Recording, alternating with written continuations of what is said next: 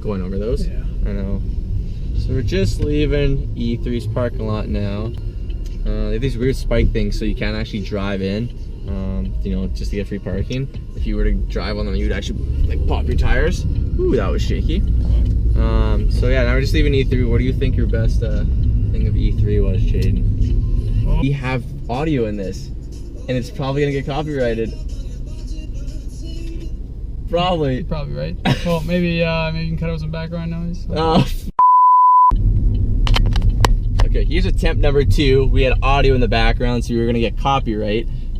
So what we were talking about before was what our favorite thing of E3 was. So what was your favorite thing? I'd say definitely 100% Destiny 2. I've been waiting for that game for a while. I've been so hyped about it. And we played it, and the multiplayer was awesome. I'm not usually a big multiplayer guy in Destiny. You usually don't play it for the multiplayer. No, I usually play for the single player, but I was very pleasantly surprised when I got to play the new game mode in the multiplayer, and it was a blast. And Logan, having not played it before the Destiny games at all, actually had a good time with it too, so it was really good. Yeah, I have to agree. Like, I never played Destiny. I actually didn't know literally anything about Destiny. Like, you could have asked me, was it MMORPG? Like, RPG? I had no idea. We stood in line for 2 hours for it. I was kind of bummed about that. I was like, that's a lot of time. I hope this game's worth it. And it was. It was a great game. Honestly, just like a better COD. Is that what I would want to put it as? I'd say so. I mean, and Activision owns both too, so I'm curious, like, which property does better. Yeah, and we never played COD. The COD lines were ridiculous. They were like, I think the one guy said 6 hours long. Yeah, the one guy stood in line for 6 hours. Like, that's ridiculous for one game. Like, that's literally your whole day of E3. So yeah, that's kind of the bummer for that. Your second favorite thing for E3? Probably a mix between Assassin's Creed Origins and Mario Odyssey. Love them both. We'll definitely be picking up both of them day one. They both come out on the exact same day, which is kind of a bummer, but yeah, I really like both of them. They're going to be really good games. Yeah, I have to agree. With me being a Nintendo guy, I would probably pick Odyssey. And the fact that I don't have a gaming console for Creed, so I'd have to actually buy one. But they were both definitely good games.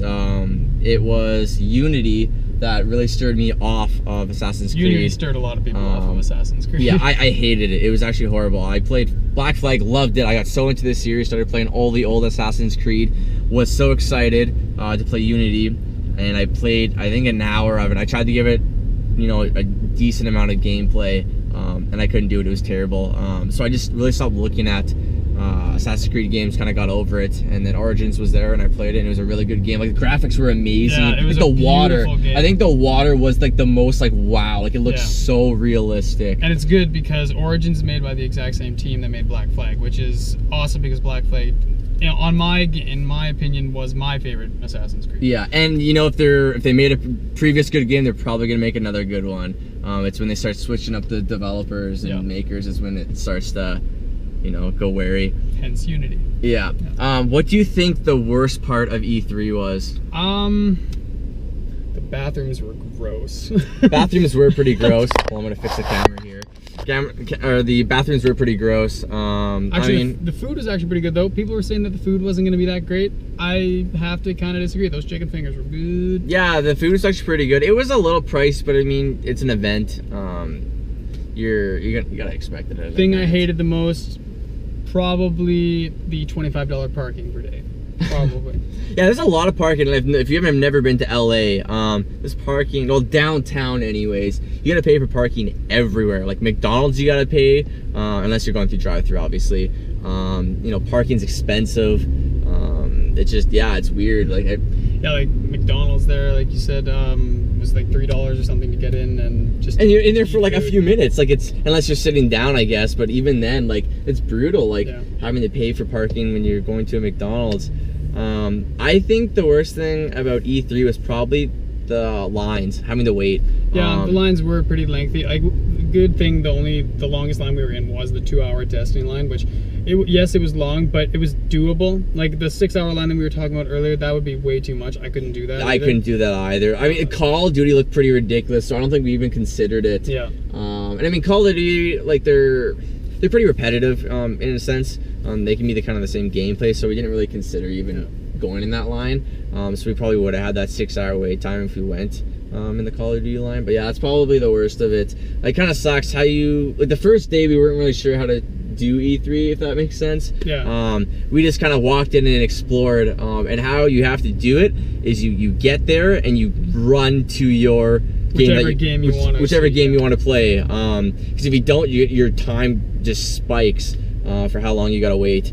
So that's basically what you gotta do. So mine would basically be the lines. It's just, it takes, you gotta pick like 2 games, probably 2-3 games in a day, and that's all you get. And there's obviously a lot more than that for 3 days, so you can't get all the games in. So you gotta pick your favorites, or hopefully the ones you're gonna think you're gonna like, and then choose those to play. So what do you wish that you could have done that we didn't get a chance to?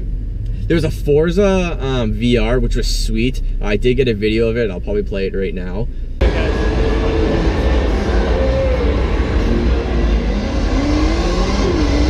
And basically you sat in it and it threw you around like you were actually in the car. Yeah, it was like one of those simulations with the hydraulics and everything in the corners that when you hit on the brakes, it'll slam you forward. When you accelerate, it slams you back. It's really cool. Yeah, it honestly would probably feel really sweet. It would be cool if you had like a VR headset on, because it was on a display on a screen, right? So that would have been really cool. Yeah, it would have been awesome. To actually be in a VR. That would have probably made it really insane. Yeah. Is there a racing game on VR? There is. Project Cars is compatible with Oculus and the Vive, so it is there, yeah. So that would have been cool to like hybrid both those kind of thing, really right?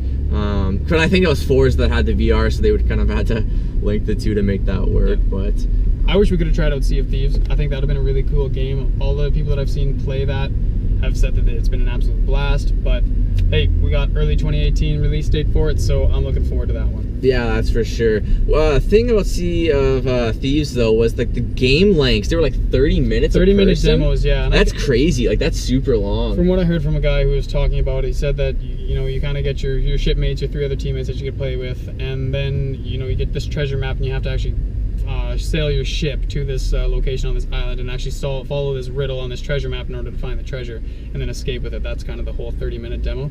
So I could see why it would take a little while to do that, and yeah, I think it would have been really cool, but it was a long line because of it. Yeah, for sure. So while we're on the topic of what we hated about E3, let's talk about a couple more things that we thought that need to be either updated on, changed, or a new approach to it. And don't get us wrong, our experience at E3 was, for the most part, very positive. It was, yeah. It was awesome, but there were a couple things, and lots of people had these same complaints. The biggest one being the PlayStation Experience app. So what this app was pretty much if you wanted to play Destiny, like demo games, see theaters of Spider-Man, like new games, just basically trailers for them was pretty much what they were. Yeah, there was like little trailers, an extended demo of what was shown at the actual conferences. Yeah. And basically this app, what it would let you do is set appointments, so you didn't have to wait in line, just because obviously line waits can be pretty high.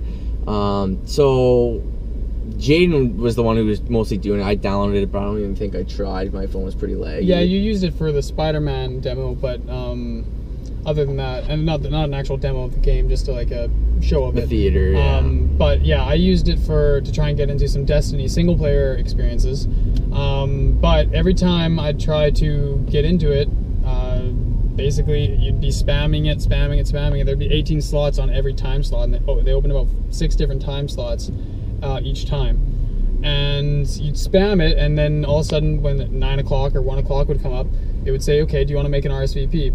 And then you click yes, and it would say processing, and then it would say, nope, we can't let you in, all the spots are full. And this happened every single time. Yeah, it was just so laggy, like it was brutal. Way too many people were accessing the server at once, and yeah, nobody could ever get in. And it doesn't help that there's only 18 slots per time slot. Like there was no, like 75,000 people? 75,000 people. And there was like 18 slots per time. Like it was just nothing. And like they should have known, there being 75,000 people, that their server should have been a little better. Yeah. Like Ether is definitely not low on funds. Like it's quite pricey. It was like $250 for the tickets. Yeah. Right. So for each of us, plus $25 parking, which E3 probably still takes, I'd assume. Probably. I'm not sure if it goes to the convention center itself or to E3. Either way, there's tons of money there. Like they're not low on funds at all. So I think they could have probably done that a little bit better. Well, I thought that, PlayStation knows how many people are coming to this event and how many people are going to be going through their booth on a daily basis.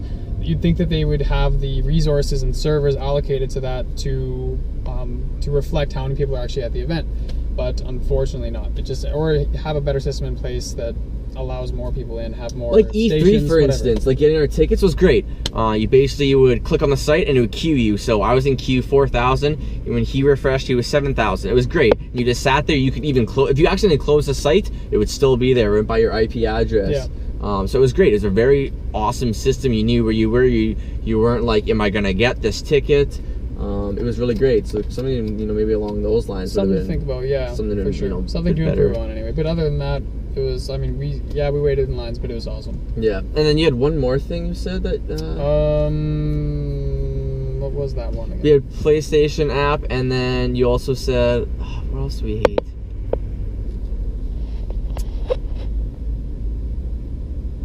I remember, man.